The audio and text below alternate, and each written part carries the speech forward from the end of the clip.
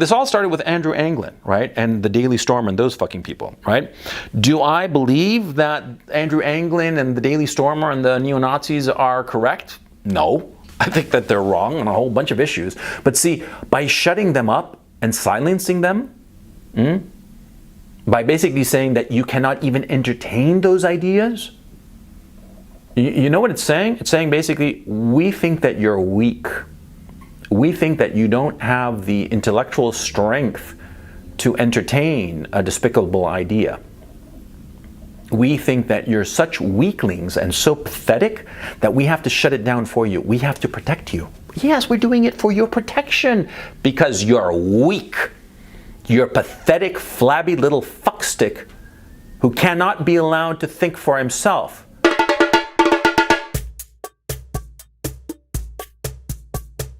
Now, we're living in a very bizarre time. And the time we're living in now is terrified of new ideas, or much less dangerous ideas. I mean, fucking anything dangerous or remotely dangerous, everybody has a fucking cow. They freak the fuck out over every little fucking thing, you know? I mean, if you say the wrong thing or think the wrong thought, oh man, you get into a heap load of trouble, right? Right, because why is this happening? Because we've gotten to a point where the consumeristic society is such that we can live in our own bubbles. We can afford to live in our own bubble.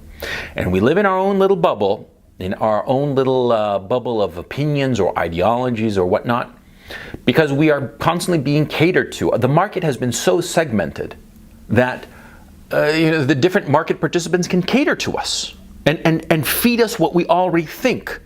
We see it in the news and social media and all the rest of it. And so each of us are segmented into different little compartments, different little niches, different little demographics, right? And so we are constantly catered to. And so we start to see less and less things that do not appeal to us. We see less and less things that go contrary to what we already think. Well, this is a very, very dangerous thing, and I'll explain why. See, you only grow by rubbing up against things that you disagree with. You only grow, you only have a wider perspective on reality and life by butting heads with people who think different. Because a lot of times you butt heads with people who think different and you're going to start thinking like they do because they're going to have good reasons for what they think. And those reasons might be better than the reasons you had for thinking whatever you were thinking before. And you'll adopt their ideas because they're fucking good ideas. Yeah, right? And so this is a good thing because you adopt better ideas and therefore you can live a better life. Or if not, at least you'll have a better sense of reality. You'll know the truth as opposed to living in some sort of fantasy land. You know what I'm saying? Yeah. But our society discourages this. Our society discourages people from adopting unorthodox ideas and much less dangerous ideas. Now, it seems to me that the path of wisdom lies through the heart of dealing with dangerous ideas, dealing with ideas that you don't agree with. And the most important quality that you should learn, that you should master, is the ability to entertain ideas that you do not believe in, that you might be completely opposed to, but entertain those ideas and study them and examine them. Because a lot of times you'll find that when you do so, you'll come to remarkable conclusions that will open your mind about what you think. Now let me give you an example. I'm opposed to child porn. I think child porn is horrible, right? I think it's really horrible. And I think it's disgusting and blah, blah, blah, and all the rest of it. But let's think about child porn in this example, in this hypothetical. Should we allow child porn? That's an idea. Let's consider this idea right now in this video. Should we allow child porn? And you're going to say, no. You say to me, no, we shouldn't allow child porn. And I say, well, yeah, because, if you have child porn, what it is see, the child pornography, what it is that you're taking children and exposing them to sexual situations and taking pictures of those sexual situations. It's one thing when a grown-ass woman of 20 decides to strip naked and pose for Playboy or whatever, or some porno magazine, or do hardcore porn or whatever. Well, she's a grown woman, right? She has autonomy, and we have decided as a society that after the age of 18, you're on your own. If you make a decision, if it's an unwise decision, well, it's on you, nobody else, right? But for children, i.e. those under the age of 18, especially those who are, under the age of 10, allowing them to do porn would be horrible. You should never allow that, right? Right. I mean, you agree with that? I agree with that. But what if we think it a little bit more and say to ourselves, well, CGI is such that we can create computer-generated images of children that are pornographic without ever having used an actual child, to create this child porn. Wouldn't that be okay? See, blows your mind, doesn't it? Yeah, because think about it. Think about child porn, right? Or better yet, think of Stanley Kubrick and The Shining. The Shining is this horror story about this little boy who's being chased by his dad throughout this hotel, and his dad wants to kill him. It's a horrifying movie, right? But did you know that the little boy, I do believe his name was Danny Lloyd, the little boy who played the protagonist of the movie, basically, he had no idea he was in a horror movie. No, he had no idea. He thought he was just doing a movie that was going to be fun. And he was told by Kubrick to run here, run there, go in his little big wheel and drive around the hotel, right? And Kubrick, used his genius to create a movie out of these images of this child that was terrifying. But the child himself had no idea what he was doing. He was just having a good time. He was just playing, And he was not traumatized in the least. They've interviewed this man as a grown-ass adult, and he had no clue what he was doing, Yeah, of course, this boy, Danny Lloyd, was not exploited in the making of The Shining, and he was not traumatized or injured in any way, okay? So there's an example, for instance, of something that looks to the perceiver to have been very exploitative of a child, and it was not. We have the ability to create computer-generated images of children in pornographic situations whereby no child would ever be harmed. You could call it almost ethical child porn. And so here's the dangerous idea. Should we allow this? Should we allow, the people at Industrial Light and Magic, or wherever the hell, right, to create ethical porn, ethical child porn? Should we do so? Because before we were saying that child pornography is bad because we would be traumatizing small children, and that is a bad thing, objectively a bad thing. Of course it is. But here I am eliminating that possibility by way of computer-generated images. No child would be traumatized in the creation of computer-generated child porn. So shouldn't we allow it? And that's a dangerous idea. And it's an interesting idea because it makes you think. It starts to make you think that maybe the reason we don't want to have child pornography is that we think it's not really because we're afraid of hurting children, though we are, of course, but because we're afraid that child pornography might hurt the culture. It might hurt people, other people. It might make our entire society decay.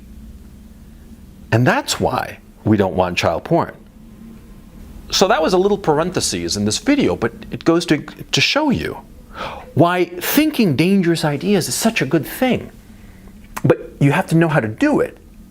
You have to do it in a sandbox. Okay? Now, the idea of sandboxing ideas, dangerous ideas, is something I picked up years ago. I was in college in the early 90s. And I was talking to some computer guy in the computing department, and he was showing me on screen what he claimed was that he had created a virus and he had put it in a sandbox. And I was like, what the fuck is that? And he's like, oh, it's very simple. We created a little sandbox where the virus can't get out. But it can do all kinds of damage inside the sandbox, but it can never go outside of the box.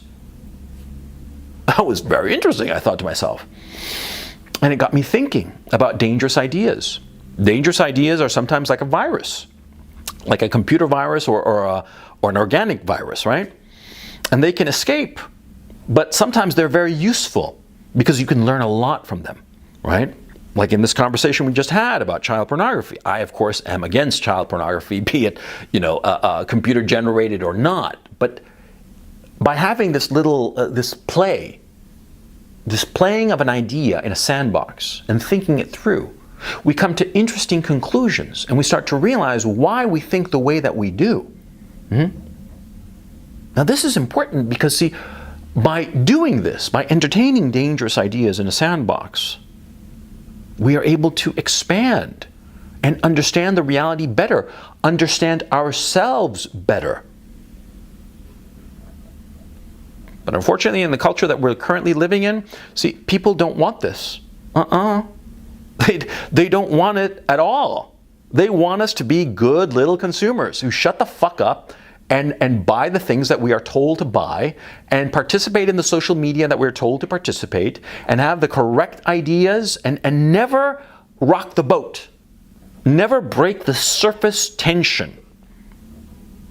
Never have any kind of interesting ideas or unorthodox ideas. Now, to my way of thinking, this is catastrophic. And you should shy away from this. You should fight this. And you should go out there and sandbox dangerous ideas. Because what's the worst that can happen if you take a dangerous idea and start playing with it and looking at it? The worst that can happen is that you realize that it's a bad idea and you should just forget about it. The best that can happen is that you learn from that bad idea. Just as in this trivial example of ethical child porn, we learned quite a bit. We realized, of course, that, see, yes, of course, we are fearful of traumatizing children, and that's why we are against child pornography, but we are also fearful that child pornography will hurt our society. It's not just that we're so altruistic about these poor children who are being forced to do child porn. We're worried that the mere existence of child porn will make our society decay. And this is something new. This is something interesting. And it's a good thing because we start to realize that we care about the society that we're living in and we want to improve it or at least protect it. We don't want a society that allows child porn because we think it is bad. Bad for all of us who are a member of this society. And that's why we're against it. And that's perfectly fine. That's perfectly reasonable. It's a good thing. It's a good thing to want to protect the society you live in. But now you know why. You see what I'm saying? And you see why it's so important to play with ideas, and take them to their logical conclusion in a sandbox. Just because you're playing with an idea doesn't mean that you believe it. I'm talking here about child pornography. I'm horrified by it. I want nothing to do with such a thing. But thinking about it, why shouldn't I? Why is that inherently a bad thing? I'm against abortion, for instance. I did a video about it. I'm totally against abortion, but I've thought about abortion from the point of view of those people who are in favor of it and why it would be a good thing. And I've thought about it long and hard. And yeah, my moral reflex is that abortion is bad, but I would not be honest in my idea and my belief if I did not at least entertain the opposite view. Today, people are discouraged from entertaining the opposite view. People are discouraged on all fronts, and people go out of their way to shut down opposing points of view. And we see it all the time. We see it in this kind of censorship that's going on in social media. We see it in people being deplatformed and deprived of their income for saying the wrong thing or contemplating the wrong idea. And like, for instance, this all started with Andrew Anglin, right? And the Daily Stormer and those fucking people, right? Do I believe that Andrew Anglin and the Daily Stormer and the neo-Nazis are correct? No. I think that they're wrong on a whole bunch of issues. But see, by shutting them up and silencing them, by basically saying that you cannot even entertain those ideas, you know what it's saying? It's saying basically, we think that you're weak. We think that you don't have the intellectual strength to entertain a despicable idea. We think that you're such weaklings and so pathetic that we have to shut it down for you. We have to protect you. Yes, we're doing it for your protection because you're weak. You're a pathetic, flabby little fuckstick who cannot be allowed to think for himself. So that's why we're going to shut down Andrew Anglin. That's why we're going to shut down Alex Jones. That's why we're going to start shutting down everybody who has an opinion that we don't like, that we're afraid of, that we think that you might actually come to believe in. Well, that's the road to tyranny. See? That's what's happening. That's what's happening in the life that we're living in.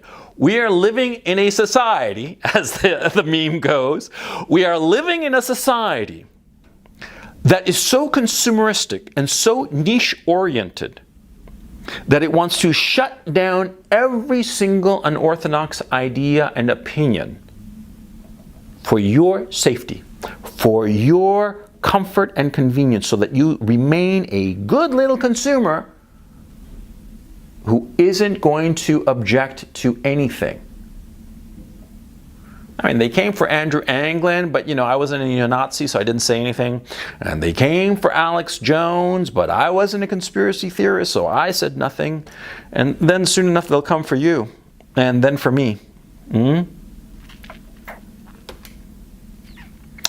You got to play in the sandbox, and you cannot let other people tell you not to.